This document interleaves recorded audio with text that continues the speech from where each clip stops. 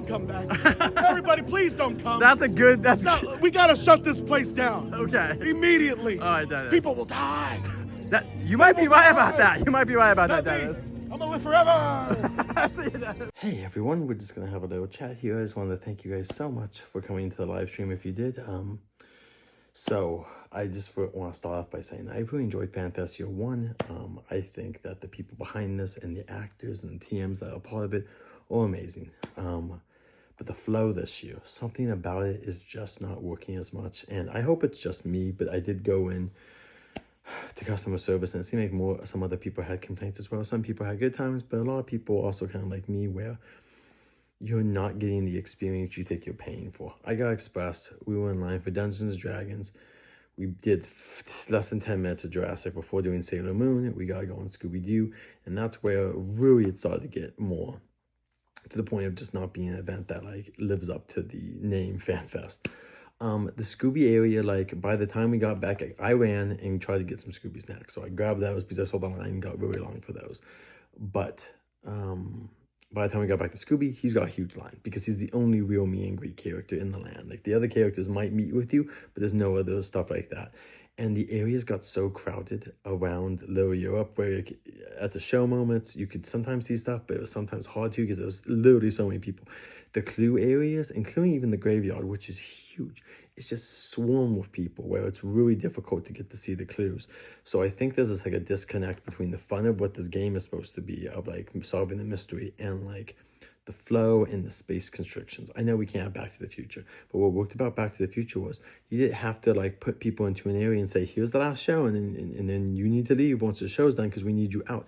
Back to the Future didn't have that issue. It was just like a perfectly made attraction that unfortunately, I'm not saying you have to replicate that, but maybe this would have worked out with like pulsing the areas and saying this is Act 1, and once you get to Act 2 you need to move to Act 3, and maybe that would help out with a little bit more of the pulsing of the areas. I will say, you know, the positives are the actors are great, the Wolfman's great, all this stuff is great, it's the core of it's good, it's just like what we're getting the packaging in or like how you experience it. And then we came back to the park and then we did Harry Potter, which took longer than you would like, but you lose either way. If you put a lot of people in a group, this is the thing. The Harry Potter attraction's fine. It's good. It's a good attraction. It's not bad. I enjoy it. It has some, the Hippogriff is amazing. But the issue is that when you don't have enough people, the line moves slow. But when you have too many people, then you get the situation that I found myself in on the second one where you can't hear or see anything.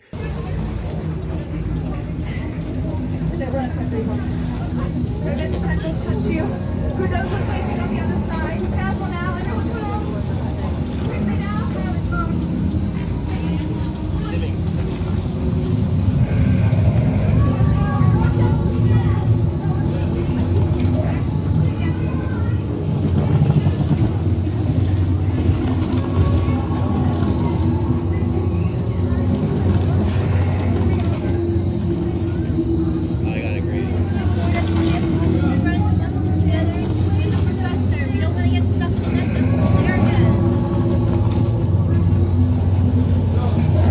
So I pay, you know, you're paying if you paid for Express, but even if you're just paying for a ticket, you're not getting the experience of this. And this is a long line. So it's not like you can just jump back in line and redo it.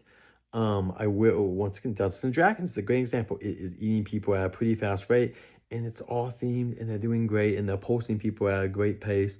And the issue is space here, that they just don't have space in this little forest area. It's amazing what they did.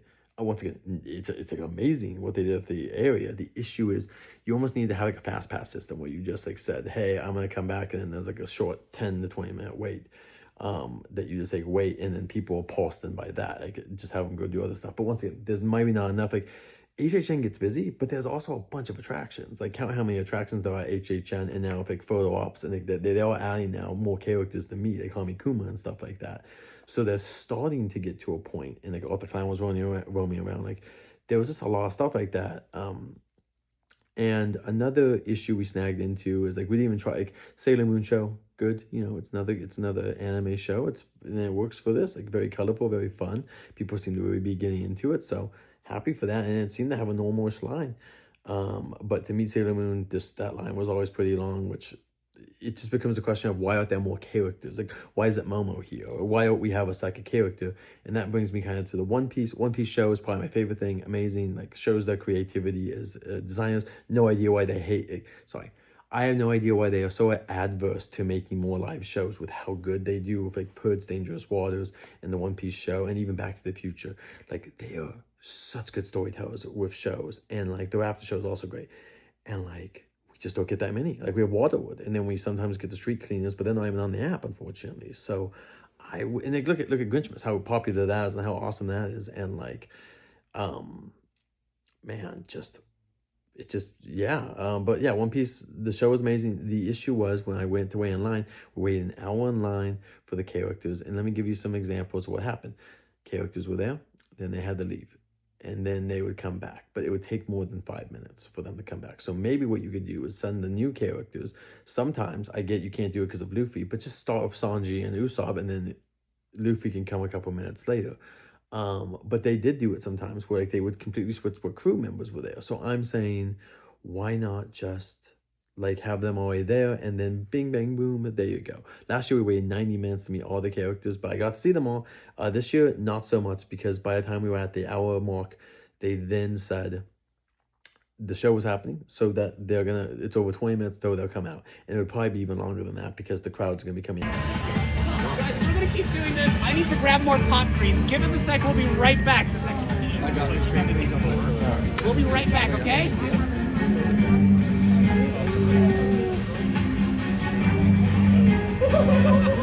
And I think it's not just the fact that they have to do that. I think it's the fact that there's only one meet and greet location where there was 3 last year for One Piece. Remember, for meet and greets last year, to remind you, there's 3 One Piece, and then there's 1 Wicked in the top layer. So it's 4 meet and greets. That is now down to 2. They have cut in half how many meet and greets are happening for Flow. And so then we have the fact that we're there, and I'm like, no, I gotta go do other things. And so I did tell Universal about my experience.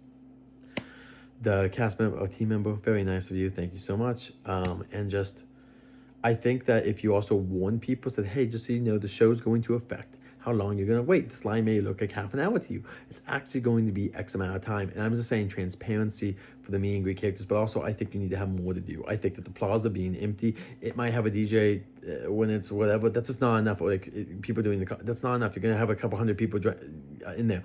There should have been an experience like a mini Back to the Future thing or Jurassic that should have been in there. My Hero Academia, more anime stuff, Resident Evil, video games, like things that people really care about. That's a big part too, is that some of the IPs are not drawing as heavily. You have Jurassic, which does have a good amount of people in it, but it's nowhere near as many as Harry Potter or say Scooby-Doo and the Monsters. And because of that, the lower lot just feels weaker because it's Yoshi, which people are going to do. I'm not saying that there are anyone doing it, but it's not the same level of hype when you have Yoshi, Dungeons, which is a great attraction, but it's just not drawing as many people because it's year 2, and the Jurassic stuff. And so there's not as much of a drawdown there. And that's really, I think, also hurting the event because now everything's in the upper lot, and that's like just really pushing people to the Scooby-Doo things. One Piece, Scooby-Doo, and Harry Potter. Those 3 IPs seem to be really hot, which is great. I love One Piece. I'm so happy that One Piece is doing well. Like, fantastic. And let me know if you guys had similar experiences. I'm not trying to I'm just more disappointed. I know we have so much fun at these. You guys have what I have been doing for 2 years. I go to HHN over 20 times. I went to, I love FanFest last year, and I wish I would have gone more. So that's why I made that a priority this year, and I was really hyped about it because of how much I felt like I missed last year. And then look how many times I go to Fight Fest and then the Christmas events and Grinchmas. We go to Grinchmas over 15 times. We go 7 to 10 times to the Six Flags. So it's not like I used to go I went to Disneyland over 50 times in a year. It's not like I don't like a good show. That's the issue though, is that when the core's there, but unfortunately the wrapping it's in is like obstructing the fun factor from it. I just think that this event felt like there was too many people and or the IPs are not, there's not enough going on, and there's not enough to draw things. And I think that the One Piece meet and greet being now just 1 instead of 3, I just think that that's a big mistake. I think there needed to be a way to split them up, even if it was just 2. And I think for Sailor Moon, there should have been more than just Sailor Moon. I think there just needed to be more anime characters. I think that those do really well. And I know some of it's licensing, but Momo would have been great. I know Chibiusa is probably problematic and you're not going to do, but like, I definitely think you could have done Momo, or Tuxedo Mask, whatever you want to call him. I think you've been super popular. I think Sailor Moon is super popular. And I just think that you could have had My Hero, another IP, video game, movie related inside there, and just find a way to kind of like get people to be separated more. But I want to hear your guys' experiences. You guys love FanFest? If you did, that's wonderful. Especially if you guys enjoy it at home, that's so cool. I really want to hear though, especially from the people that went. Was your experience really strong the first night? Did you get to do everything? Because it's weird. Last year I feel like I did do everything. Like I saw Yoshi. I didn't see all the Yoshi, but I still saw one Yoshi. I saw the One Piece crew.